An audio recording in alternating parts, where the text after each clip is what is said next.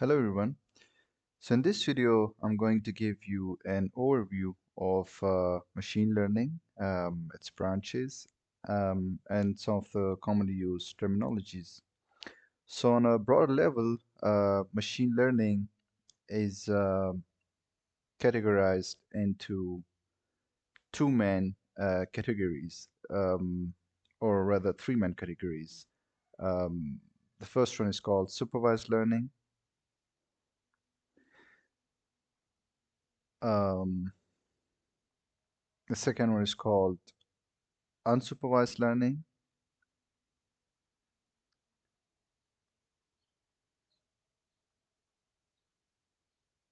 And then finally, we have reinforcement learning, um, or RL for short.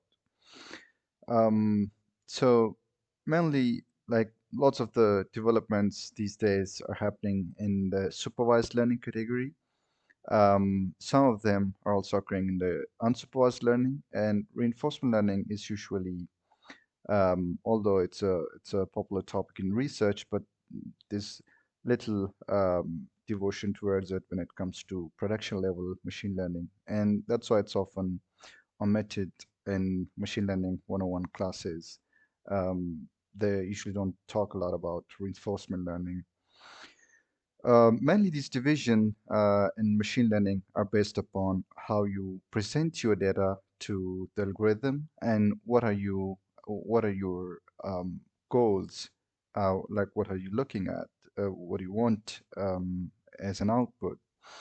So in the supervised learning, basically the data that you present to your machine learning algorithm is labeled data. So by label, I mean you have what is called a feature set.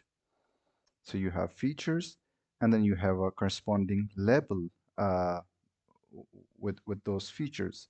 So you can think of them as the question that you present and the answer that you want as a result.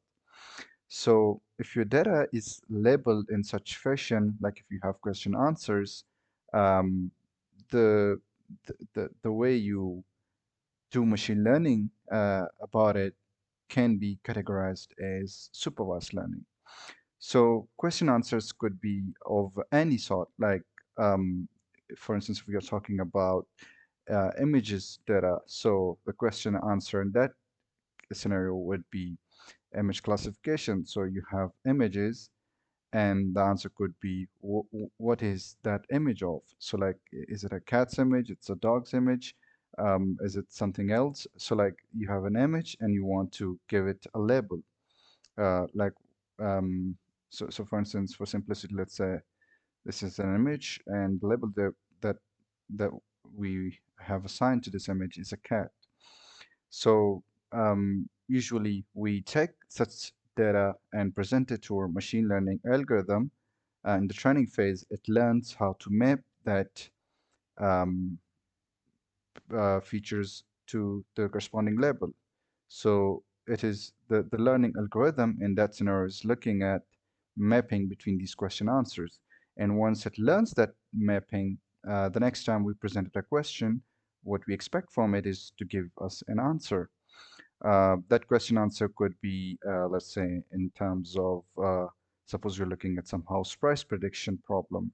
So the features could be, let's say, the number of rooms, um, the area of the house, things like these. And the answer or the label would be the price of the house. So in the training phase, we presented lots and lots of these question answer pairs.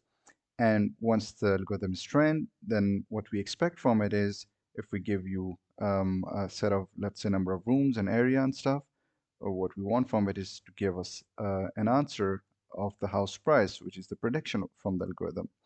So if your data is labeled in this fashion, you have question answer pairs, um, the category that you would be looking at would be called supervised learning. Now, contrary to that, in the unsupervised learning, we have data, but we don't have it in this organized fashion where we have question answers. We just have lots and lots of data. So suppose we are looking at images. We have lots and lots of images, but we don't have corresponding labels with those images. We don't have that answer related to them. And the question then is, if you don't have labels, what would you be doing with such data? Like, what is the purpose of machine learning in that scenario? Well, one of the possible tasks that you can do with this um, gigantic amounts of data, which is unlabeled, is that you can cluster similar things together. So for instance, you could be looking at, okay, we don't know what these images are of, but what are some similarities in these images? And based on those, you can cluster similar things, similar looking things together. So for instance, you can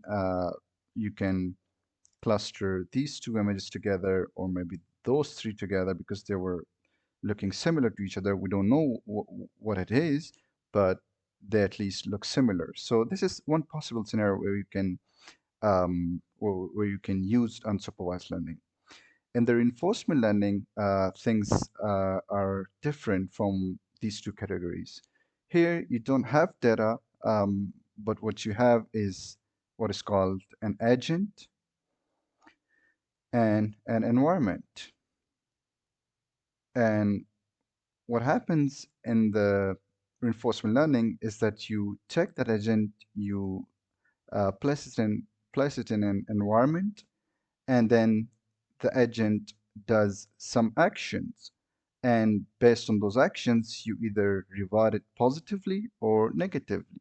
So if it is doing something that is desirable, you give it a positive reward. And if it is doing something that is not desirable, you give it a negative reward.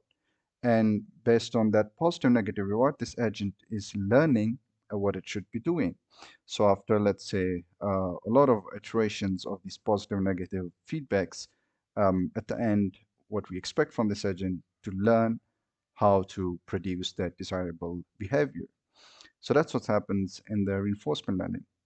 Now, if we go a bit deeper into one of these categories, so let's start with supervised learning. Supervised learning is further divided into two categories. One is called regression, and the second one is called classification.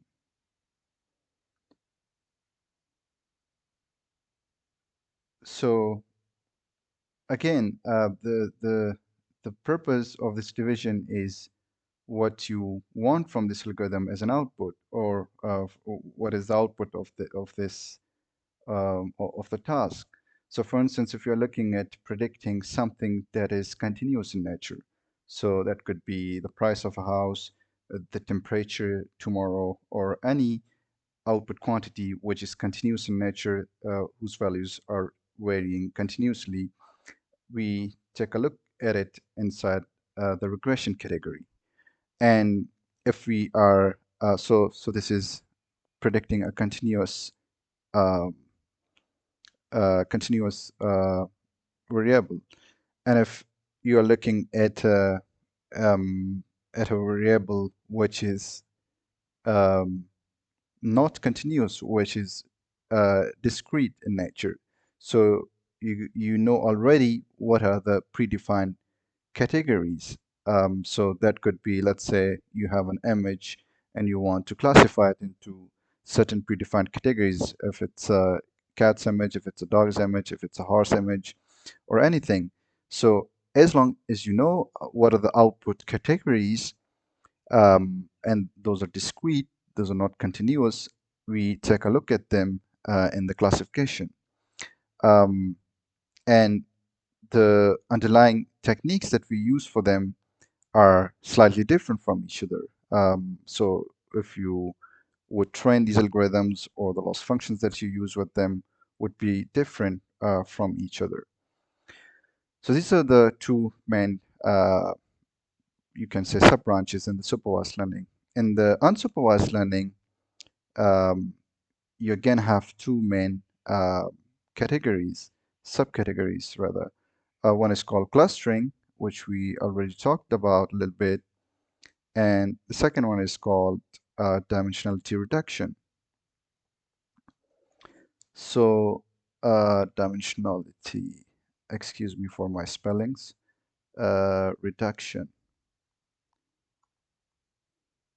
So in the clustering, as I already talked about, uh, we are looking at similar things together. So if we are dealing with images data, that could be similar images, similar looking things, clustering similar looking things together. If you're looking at, let's say, some articles, you would be basically looking at what are the similar articles, like which talk about a similar topic or something. So you take a look at them inside the clustering.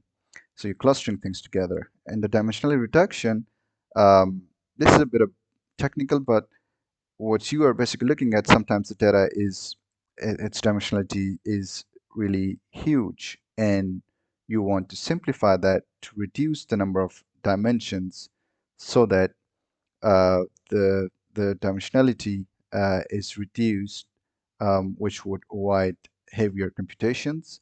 And also, if you're storing that data, which would reduce the amount of storage that it could take. So dimensionality reduction takes care of that. Now, so this is some of the like broader categories and one of the most you can say talked about categories in machine learning. Of course, there are other there are lots of other terminologies which I haven't mentioned here, but the reason for that is those are not very common as compared to these ones.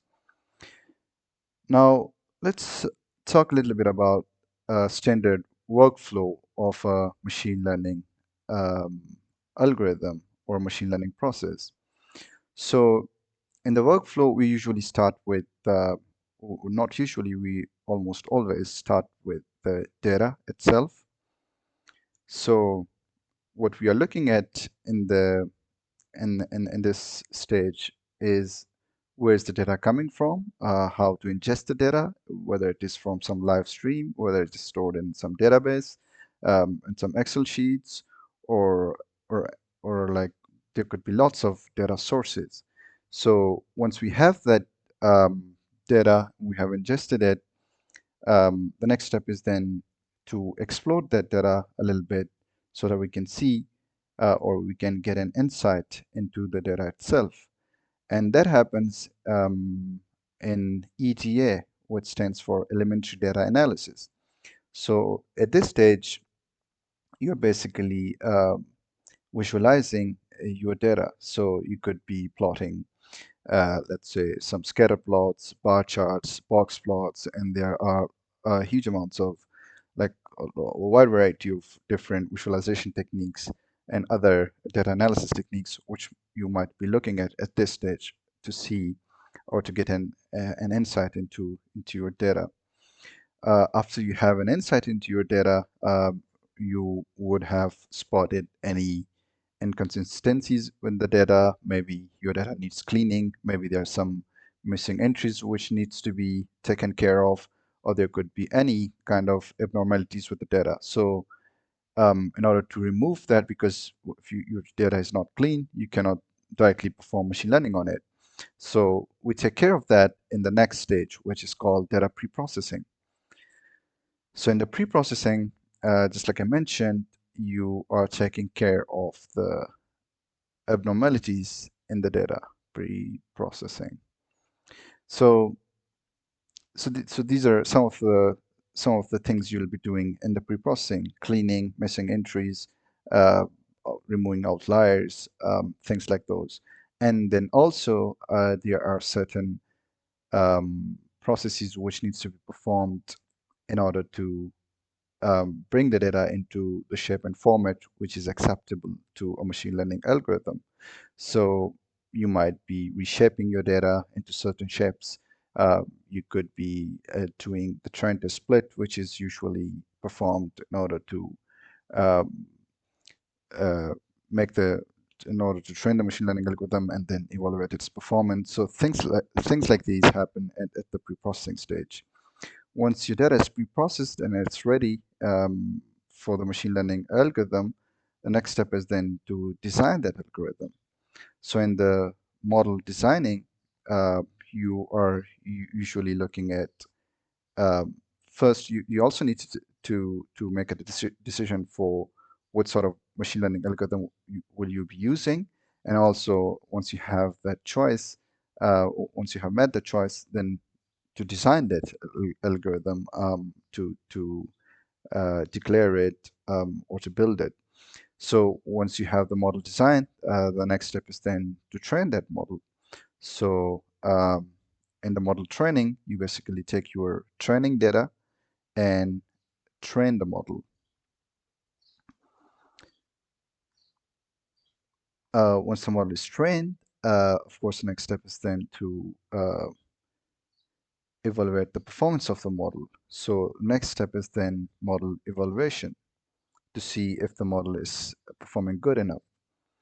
So that happens in the model evaluation. If you're satisfied from the performance of the model, and you usually know that by looking at some evaluation metrics, things like accuracy, uh, RMSCs, confusion matrices, ROC curves, all of those things are usually used to evaluate the performance of the model. If you are not satisfied from the performance of the model, you usually go back towards the model designing stage. So you change the model, change the hyperparameters, um, play with the model design a little bit, and then do again do the model training and evaluation. And sometimes it's not just the model that needs to be fixed in order to improve the performance. Maybe you also come back to the pre-processing stage where you would pre-process your data differently. Maybe the first time you did pre-processing was not correct, or like what I'm trying to say here is that it's not just the model designing that you will be fixing. You can also take a look at your data itself. But once you're satisfied from the performance of the model, you can then proceed towards the next stage, which is the model deployment. Um, so this is the stage where you derive value from your trained model, and practically use it in real world scenario. So that's then the end of the cycle of this workflow. Of course, it's not the end. You always have to uh, like to maybe manage the model, or there could be there could always be some fixes that need to be made for the model. So it never ends, but at least from a machine learning engineer perspective, that would conclude a workflow cycle um, of of a machine learning task. So yeah, this is the workflow. Now let's quickly talk about the machine learning algorithms itself. So there are like lots and lots of machine learning algorithms, and developments are happening almost on daily basis in this area. Um, but if you take a look inside it, machine learning algorithms are usually divided into two main categories: algorithms. So these are the first category are called, let's say, traditional machine learning algorithms, traditional ML algos, and then we have the popular deep learning algorithms.